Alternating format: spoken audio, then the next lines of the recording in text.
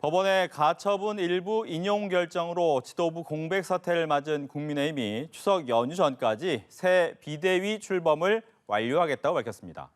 민주당 이재명 신임 대표는 첫 최고위원회 회의를 주재하면서 거듭 윤석열 대통령을 향해 영수회담을 요청했습니다.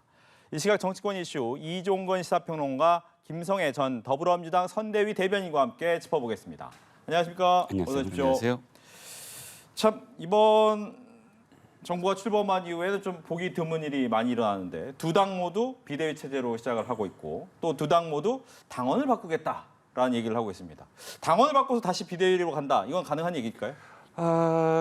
당원의 총의를 어떻게 모으느냐 거기에 달려 있는 것 같아요. 지난번 이 행정심판의 결정문을 보면 당원의 총의를 제대로 반영하지 못했다. 그리고 정당성의 크기에 비례하지 않았다. 이런 문구들이 있습니다. 네. 즉, 상임 정국위를 거치거나 혹은 정국위까지 거치는 어떤 모든 과정 속에서 혹시나 전 당원들의 뜻에 반하는 또는 그 뜻을 제대로 담지 못하는 그런 과정들이 있었다.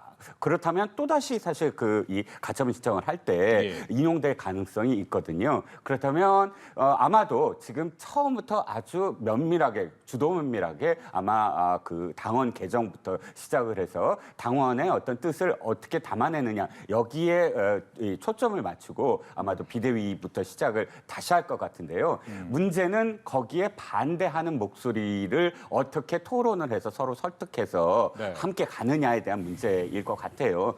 결국은 이 의원총회에서 나온 어떤 결론도 의원총회 끝나자마자 그 다음에 몇몇 의원들이 찬성할 수 없다, 반대한다 이렇게 목소리가 나오지 않습니까? 그렇다면 다른 과정 속에서도 이렇게 끝나고 난 다음에 의결이 하고 난 다음에 또 다른 목소리가 나온다. 그렇다면 정상적인 어떤 과정은 거칠 수가 없겠죠. 네. 일단 좀 총의를 모을 필요가 있다라고 하는데 이제 서병수 전국위 의장 같은 경우에는 지난번에도 한번 전국위 모으는 거는 좀 안 될 것 같은데요. 얘기를 하다가 모아줬단 말이죠. 네네. 근데 이번에도 그럴까요? 전국의 의장은 호선에 의해서 결정되지 선출에 의해서 결정되는 게 아닙니다. 그러니까 전국의 의장의 권한이라는 게 그렇게 막강하진 않아요. 그러니까 이거죠. 이 전국위를 소집할 수 있는 것은 세 가지입니다.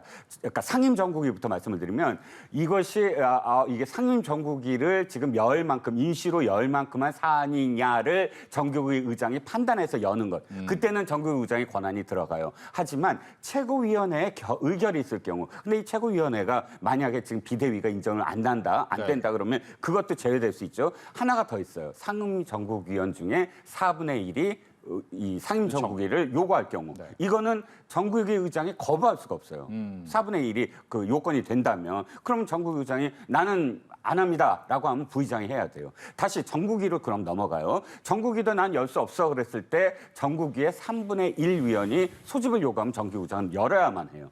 그러니까 지금 서병수 의장의 나는 열 수 없다라는 그 말은 사실상 정치적인 어떤 의미를 좀 담고 있어요. 이 최고위부터 하라. 즉 지금 최고위는 세 사람이 남아 있지 않느냐. 그리고 직무대행 체제인데 그러나 지금 권성동 원내대표가 문제가 있으므로 새로 선출을 해서 새로운 원내대표가 직무대행을 해서 최고위로 처음부터 돌아가라라는 게 서병수 의장의 지금 그 생각이긴 하나 전국위 의장이 그것을 요구하거나 그런 안을 밀어붙일 수 있는 권한은 없거든요. 그렇기 때문에 어찌됐든 서병수 의장의 개인적인 어떤 의견이다라고 할 수가 있겠죠. 네. 어떻게 보셨습니까? 현 사태는. 그러니까 이게 법원의 결정문이 있잖아요. 법원의 결정문은 요지를 말씀드리면 비상대책위원회나 최고위원회가 당대표를 밀어낼 수 없다. 굉장히 간결하거든요. 그래서 내용에 보면 일부 최고위원들이 지도체제 전환을 위해서 비상한 상황을 만들었다고 보는 것이 타당하고 지도체제 구성한 당원들의 권리를 침해하는 것은 정당 민주주의에 반한다라고 했어요. 그래서 비대위로 전환이 안 된다는 얘기를 한 겁니다. 즉 비대위가 만약 이준석 대표를 대표가 아닌 것으로 만들어 버리면 그건 이준석 대표의 권한이 침해당한다고 했는데 비대위원장만 아니니까 비대위원장만 바꾸면 된다라는 것은 내일 이준석 대표가 또 법원에 신청하면 가처분 인용이 그냥 바로 될 상황인 것을 뻔히 다 알고 계실 거라고 보는데 왜 이런 무리한 길을 가는지 잘 모르겠습니다. 다시 과거로 돌아가면 결국 권성동 원내대표가 권한 대행을 맡던 그 체계, 그쯤이 가장 민주적으로 적합한 체계라는 것이 이 결정문 안에 다 들어있지 않습니까? 근데 문제는 권성동 의원이 그 당시 원내대표를 지키기 위해서 직무대행을 그만둬버리신 상태인 거죠. 그렇다라고 하면 권성동 의원이 원내대표를 그만두고 새로 원내대표를 뽑아서 그분이 직무대행을 맡거나 아니면 그 당시에 그 순서대로 내려가면 김용태 최고위원이 직무대행을 맡아서 직무대행 체제를 이끌어가면 되는 것이거든요. 그러니까 법에 주어진 대로 해야지 비상대책위원장만 바꾸면 된다라는 새로운 법 논리로 정부 여당 아닙니까? 지금 여당이 법원의 판결을 존중하지 않으면 글쎄요, 지금 법치주의 국가인데 내일 또 그냥 가처분 신청에 망신을 당한 일이 벌어지지 않을까 걱정이 됩니다. 근데 그건 조금 다른 게 뭐냐면 비대위원들을 인정해서 비대위를 개최했어요, 사실은. 그런데 이 비대위가 어떤 권한을 행사하지는 않을 것 같아요. 즉, 지금 이 현재 상태는 다시 처음부터 돌아갈 때 비대위를 운영을 하면서 그 비대위가 뭐 다음에 어떤 상임 정국위를 뭐 요청을 한다거나 이런 상황이 아닌, 그러니까 비대위에 권한이 있는 어떤 상황이 아닌 것으로 지금 판단이 되고요. 예. 두 번째, 되돌아가라라는 시점, 그러니까 그 법원이 얘기하는 시점은 최고위원들이 살아있을 때, 4명 이상 살아있을 때 얘기인데 지금은 전원 다, 그러니까 김용태 최고위원과 당명직 2사람 빼놓고는 전원 사퇴한 상황입니다. 그러면 법원이 이야기하는 대로 하면 나머지는 전국위에서 선출하면 된다 하지만 이게 어떤 상황이냐면 이준석 대표 4명까지 포함하면 5명을 그럼 전국에서 선출을 하는 것인데 그건 불가능하죠. 왜 불가능하냐면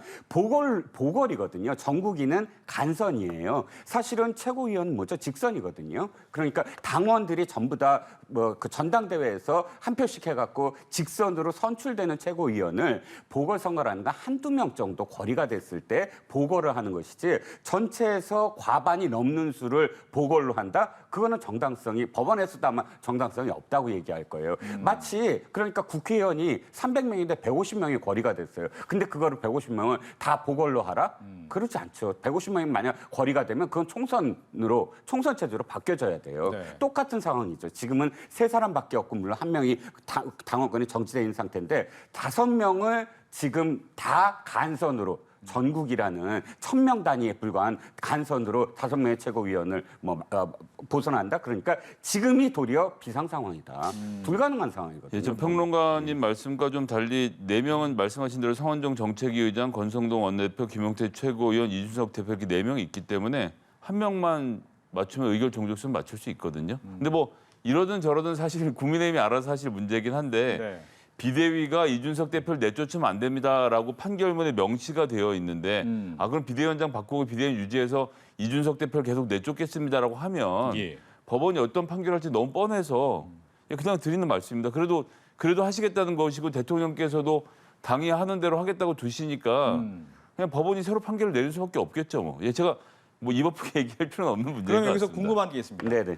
여기서 그렇다면 계속 얘기 나오는 것이 권성동 원내대표가 비대위원장을 맡는 게 맞느냐라는 부분이에요. 현재 다시 맡게 됐잖아요, 이번에. 비대위원장 직무대행. 직무대행을. 예, 예. 근데 직무대행을 지금 2번째 직무대행을 네네. 하게 되는데 네네. 과연 이 직무대행을 또 맡는 게 과연 맞느냐라는 거에 대한 논의가 좀 있을 것 같은데 이번에 먼저 하시죠. 그러니까 비대위가 이준석 대표를 밀어내는 게 안 된다라는 게 법원의 판결인데 네. 이 결정문을 인정하려면 가장 먼저 해야 되는 게 비대위가 없다라는 것을 받아들여야 되는 겁니다. 국민의힘이.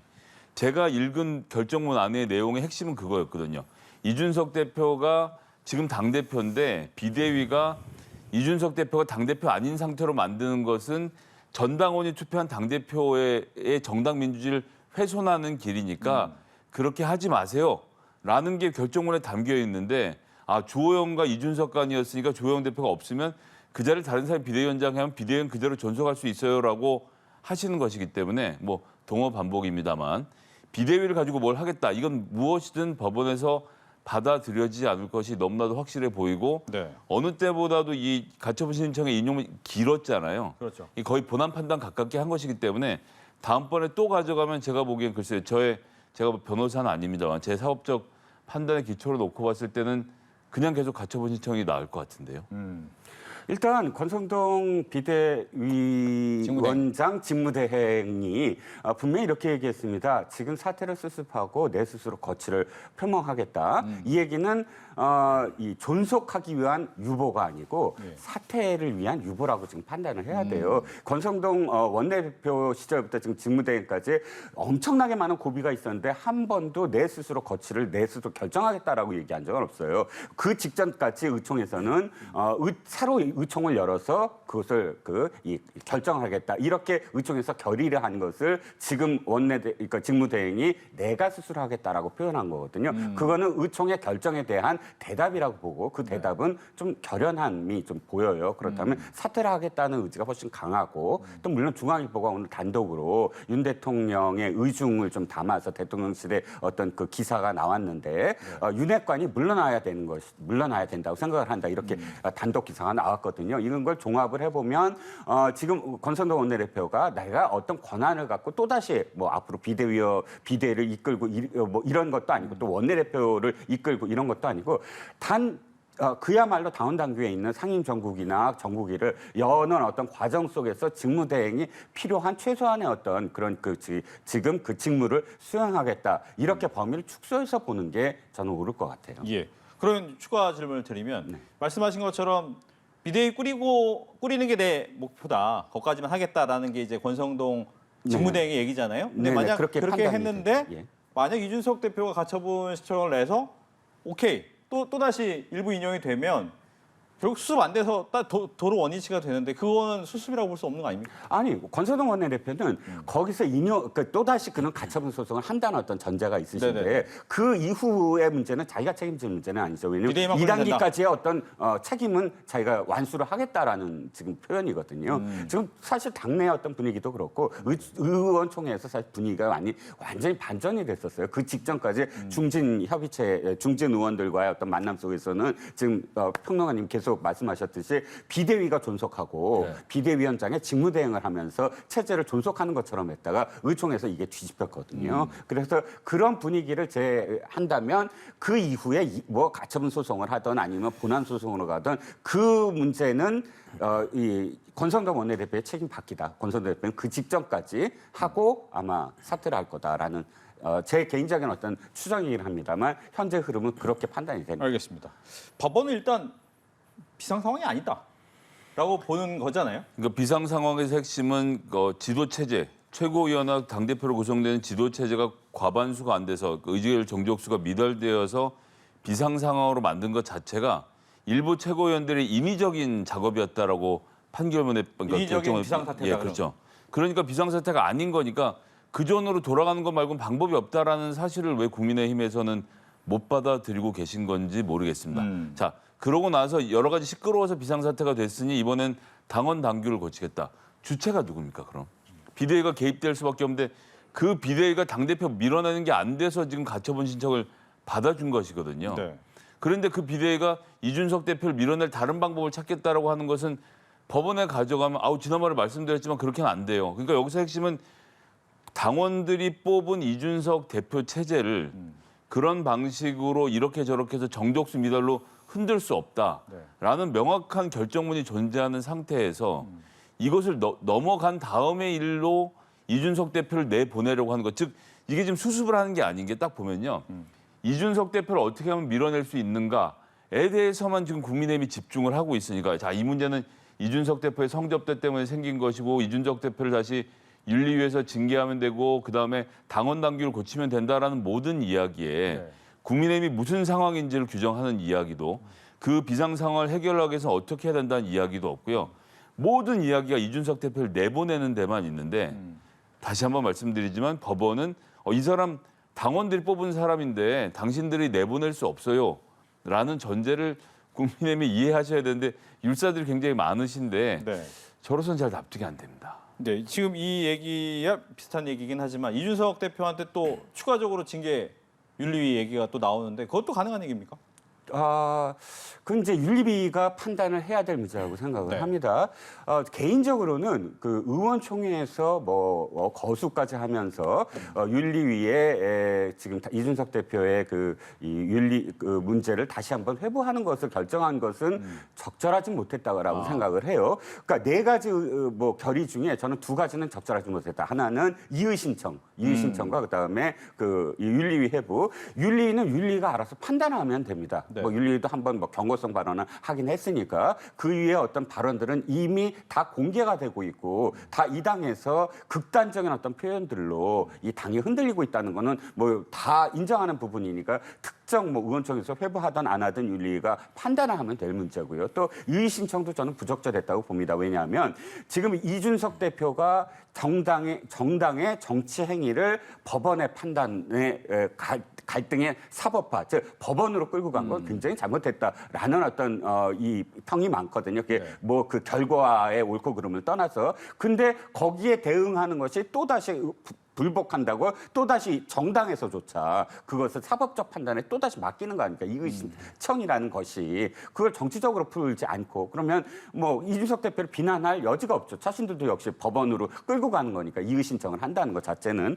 그래서 두 가지는 부적절하다고 보지만 네. 그럼에도 불구하고 윤리위가 어떻게 판단을 할 거냐, 회부할 거냐 아니냐의 판단은 사실상 지금 있을 수 없는 이 당에서 있을 수 없는 어떤 표현들이 수위가 이미 넘지 않아야 돼서는 이미 넘어섰다. 지금 우리가 트라우마를 갖는 건 뭐죠? 군사정권이에요. 군사정권에 대한 트라우마는 뭐죠? 헌법을 전복시키고 권력을 무단으로 쟁취해서 그런 정권을 영위했던 그런 그 군사 정권을 군부라고 부르고 신군부라고 부르지 않습니까? 그거는 그 신군부라는 표현은 뭐냐면 협상의 대상이 아닌 거거든요. 타도의 대상이지. 당연히 신군부하고 협상을 하겠습니까? 그러니까 내가 대통령을 타도해야 될 대상이다라고 이야기하는 당대표와 존속을 하겠다라는 것도 사실상 이 당원들이나 일부 의원들이 지금 그 의원총회에서 그렇게 뭐 회부해야 된다라는 의견이 나올 지경에 이르는 건 맞으나 네. 그래도 침착해야 된다. 법원의 어떤 결정이 나온 상황에서는 냉정하게 이 당의 앞길을 얘기해야 된다는 측면에서 제가 두 가지가 부적절했다고 표현한 겁니다. 알겠습니다. 이야기하신 것처럼 정치로 풀 문제를 법원, 사법 체계로 끌고 갔다라는 거에 대해서는 굉장히 많은 얘기가 나옵니다. 그렇다면 여기서 궁금한 거는 뭐 아까도 잠깐 얘기를 해줬지만 과연 국민의힘이 이 문제를 어떻게 풀어야 될까? 어떻게 하면 가장 좋은 해결책이 될까에 대해서 좀 의견을 듣겠습니다. 사실 정답은 다 알고 계시죠. 이준석 대표를 윤석열 대통령이 끌어안으시고 포용을 해야 된다. 예, 그리고 윤핵관이 윤석열 측 핵심 관계자라고 하는 분들이 지금 힘이 뭐 6개월 있으면 빠집니까? 안 빠지거든요. 지금 잠시 뒤로 물러서서 숨을 한번 고르라는 요청을 하는 건데 그 모든 요청을 안 받아들이고 있는 상태라고 전 보거든요. 그래서 윤핵관들 이선으로 후퇴하고 대통령께서 이준석 대표를 끌어안고 이 문제를 조용하게 넘어가는 것이 가장 상수인데 네. 제가 보기엔 가장 하수로 가는 것이 비대위 등 구성해서 이준석 대표에 대한 윤리위 징계를 의총에서까지 얘기를 꺼냈으니 윤리가 징계를 하면 정치적 징계라고 비판을 할 것이고 징계를 못하면 거봐라 내가 죄가 없지 않느냐라고 이준석 대표 쪽에서 나올 것이고 결국 그렇게 되면 이제 경찰 등 이 수사기관에 의존해서 수사기관에서 이준석 대표에 대한 좀 좋지 않은 결과가 나오기를 국민의힘은 기다릴 수밖에 없는 상태로 가는 것. 그러니까 정치적 해법을 보여주지 못하면 이 야당도 아니고 여당입니다. 여당에서 법원의 판결까지 무시해가면서 이러다 이준석 대표로부터 한 번만 더 가처분 신청을 철퇴를 더 맞게 된다면 글쎄요. 법원의 판결은 존중하지만이란 말을 앞으로 여당이 할 수 있게 될까요? 정말 걱정입니다. 예, 어떤 해결책이 있을까요? 지금 또다시 끌어안으라고 하는 건 최근에 조선일보에 존경받는 언론인이 이렇게 표현했더군요. 그 얘기가 똑같은 것 같아요. 비상을 품고서라도 끌어안아야 된다. 근데 저는 이렇게 표현하고 싶습니다. 비상은 먹으면 죽습니다. 비상은 품으면 죽어요. 비상은 품고서라도라는 전제는 있을 수 없습니다. 그게 비상이라고 전제를 하는 네. 무슨 말씀을 드리고 싶냐면 끌어안고 타협을 하라는 건 윤리위 제소 이전의 문제. 윤리위는 어쨌든 당에 사실 사법부나 마찬가지예요. 우리가 거기에 그 사법부의 판단을 존중해야 되잖아요. 지금 우리 이 속에서도 법원의 이번 결정에 대해서 존중하자라는 전제를 깔고 토론을 하는 것처럼 그런데 그 이전에 사실 했었어야 될 문제를 지금에 와서 또다시 끌어안으라라고 얘기하는 건 이미 국민들이 이 사람들은 도저히 같이 할 수 없다라고 거의 지금 보고 있는 지경에 억지로 가식적으로 그냥 그러니까 그 봉합을 하겠다. 상처가 났는데 그것을 고름을 그냥 짜내서 아예 상처를 도려내야지. 그렇지 않고 거기다 설탕을 뿌려서 그냥 덮어놓는다고 그 상처가 아물겠습니까? 국민들도 이제는 알거든요. 끌어안는 것이 어떤 의미를 갖고 있는지. 그리고 이준석 대표에 대한 얘기를 하나만 더 한다면 이준석 대표가 비판하는 목소리 좋죠. 당에서 다른 목소리도 나올 수 있고 아니 대통령도 잘못된 부분에 대해서는 정책적인 어떤 판단이 다를 수가 있는 겁니다. 하지만 지금 이준석 대표가 표현하는 것들은 뭐죠? 지금 이 윤석열 대통령의 청년 정책이 잘못됐다는 표현인가요? 아니면 경제적으로 뭔가 잘못됐거나 안보가 잘못됐다는 건가요? 보수의 어떤 정책이 안 보인다는 건가요? 아니죠. 몇 마디 말이 나한테 지금 직격을 했기 때문에 나도 미러링으로 똑같이 대해준다. 이 싸움을 하고 있는 거예요. 저는 지금 위원장님 말씀에 너무 동의하는 게 어떻게 집권 여당과 대통령 시대에 이런 공방이 있을 수가 있습니까? 그래서 저는 이준석 대표의 정당성 아무리 뭐 끌어안으라 뭐라 하더라도 청년 정치를 갖고 출발한 정치인이 지금 정책이나 혹은 비전이나 이념이나 강령을 갖고 지금 논하는 것이 아니라 나를 그렇게 욕했다고 라는 그것에 집착을 해서 마치 보복을 하듯이 저런 식으로 막말을 해대면서 이 판세를 세력화하는 것은 결코 이 당에서 그것을 녹여낼 수 있는 어떤 모습은 아니다라는 생각입니다. 네. 두 분의 생각이 이렇게 다르기 때문에 제가 보기에는 쉽게는 안 풀릴 것 같다라는 답을 내릴 것 같습니다. 다음은 이제 민주당 얘기를 해볼게요. 민주당은 뭐 그동안 예상했던 대로 이재명 당 대표가 됐습니다.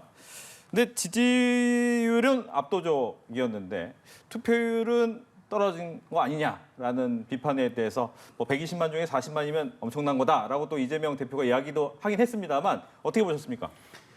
지난번 당대표 선거 때 60만이었고 이번에 110만으로 한 50만 명 정도 늘어난 것은 팩트가 맞고요. 그다음에 이 당 최근에 가장 잘 이끌었던 분 중에 한 분이라고 일컬어진 이해찬 대표 때도 38% 정도. 그래서 원래 투표율이 35에서 45, 42, 3, 4에서 왔다 갔다 하기 때문에 이번에 투표율이 30% 중반이라고 해서 대단히 낮은 것이냐 그렇지는 좀 않다라고 보여지고 특히나 지방선거 직후에 치러졌기 때문에 지방선거용으로 들어오신 당원들이 좀 다수 있었다는 점도 확실히 고려를 해야 돼서 뭐 투표율 자체로 이재명 대표의 당선을 폄훼할 필요는 없을 것 같고요.